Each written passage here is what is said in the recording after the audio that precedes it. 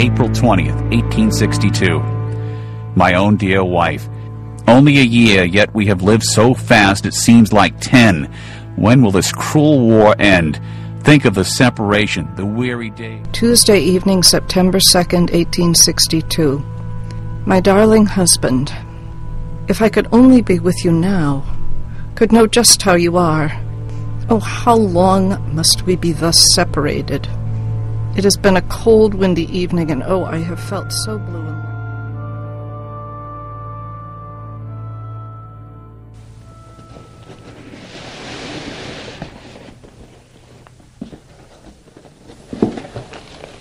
My great-grandfather, Bowman Bigelow Breed, was a doctor in Lynn, Massachusetts.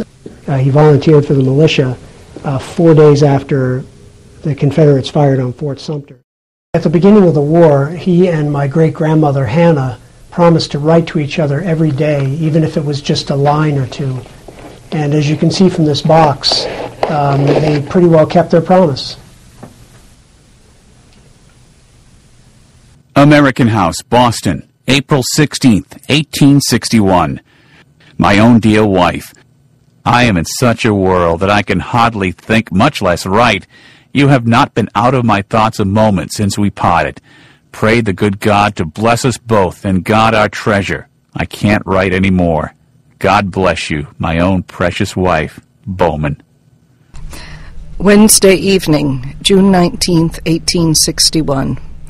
My own dear husband, I wish that you could have seen Baby this afternoon when he was sitting in a bed of white and red clover just before the south door. With his white dress and blue ribbons sitting up to his shoulders in the bed of flowers, he was a beautiful picture. And then there was the red, white, and blue. Do you see? When I was a kid growing up, this photograph, a copy of this photograph, sat on the mantelpiece in my father's study.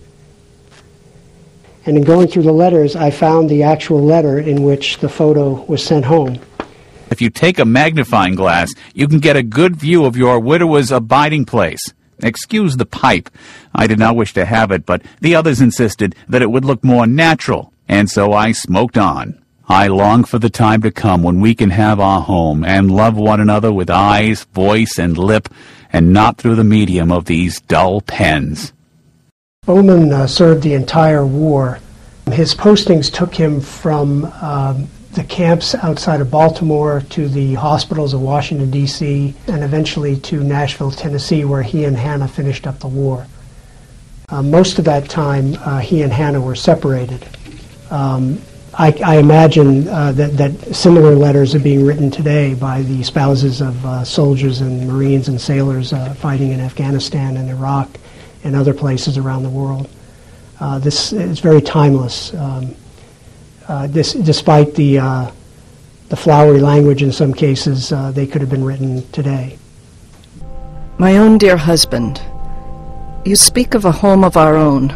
Oh, Bowman, if this could only be. Oh, may God speedily unite us, never again to be separated. I sometimes think that perhaps we should be too happy.